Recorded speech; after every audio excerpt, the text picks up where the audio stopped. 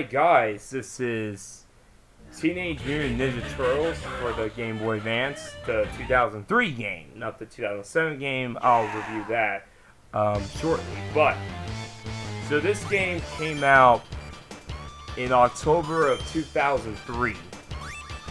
It was released for multiple systems. It was released for the PS2, the Nintendo GameCube, and the original Xbox. And it was met with mediocre reception. A lot of people didn't like those games. The controls were a little awkward. It just didn't really play very well. Me and my older brother did play it back in the day, and we really didn't like that game. However, though, this is the Game Boy Advance game, the Game Boy Advance version, and it's a lot different than the console counterparts. This game is just a typical little beat 'em up, much like the Turtles in Time games and Hyperstone Heights. So in this game, you play as the 4 turtles, and each one of them has their own campaign. 4 levels to be exact. 2 levels, a boss, and a mini-game level. So 4 levels in total, and you have 16 levels. And once after you beat all 4 of the campaigns, you get to fight Shredder. Now, the controls are pretty simple. B attack, A jump, and if you press the L button, you do your special move. Now if you hold down B, it's what I just did. You can do a special move, but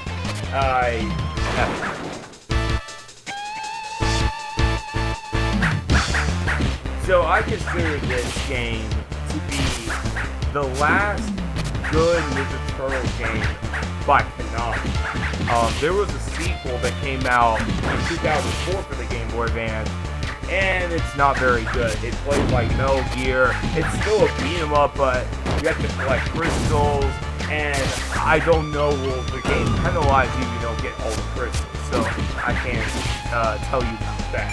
But all I know is that when I played the second game, it's not very good. But the first game, however, is pretty solid. The controls are very responsive, it feels good to beat people up, and it plays very well. Now, there is one thing that you have to know. You cannot beat this game on easy. If you beat this game on easy, you can't play the Shredder level, unfortunately. So, really dumb on why they did that. I have no idea why they even added an easy mode if you can't even beat the game. I really don't understand why some game developers do this. So as you see, I'm fighting Casey Jones. He's actually not the boss of this world. This is actually, Rap's campaign is the shortest and also the only campaign that you actually have 2 bosses. Casey Jones isn't that hard. He'll try to smack you with his hockey stick. Then after he loses some health, he'll smack you with his baseball bat. So you gotta be careful on that. Now graphically, this game is very colorful. This is a very colorful game for the Game Boy Advance. The animations are very smooth, and just the colors feel right. It's very rich looking. Konami did a very good job with the graphics of this game. And now goes Casey Jones.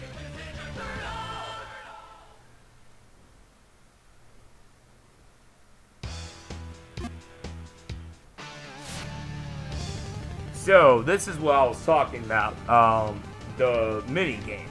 Either in the second level or third level, you're most likely going to do a mini game type of level, just to break the monotony of the game. So, really nice these levels. Now, as you see, I'm sucking ass on this section. And let me just tell you this. I actually got stuck at this part for a couple of times. It took me like 5 times for me to finally get this right. This is definitely, in my opinion, the hardest mini-game level of the 4 campaigns.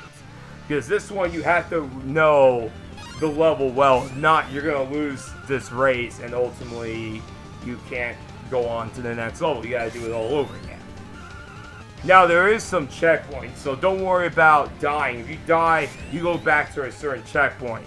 But note this, that you will go back to that checkpoint if you do die.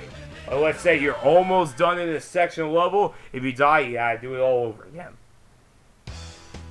But you have infinite continues. And plus, you can also save the game. So, nothing bad about that. So you don't have to worry about beating the game in one sitting. Now we got a boss battle. Now the boss does not show up yet. You have to beat some dudes up and then you'll start fight the boss. The music, once again, very good. I think this is a very underrated Ninja Turtles soundtrack. If you get to Shredder, his final boss theme kicks a load of ass. I've actually been considering of doing a Let's Play of this game eventually, you know, just to showcase on how good this game is. So I might do a Let's Play in the near future.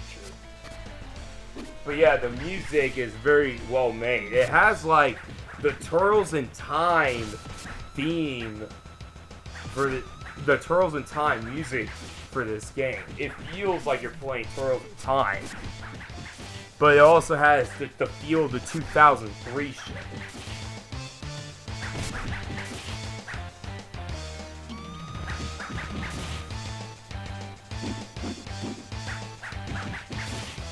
After an eternity, the boss finally shows up.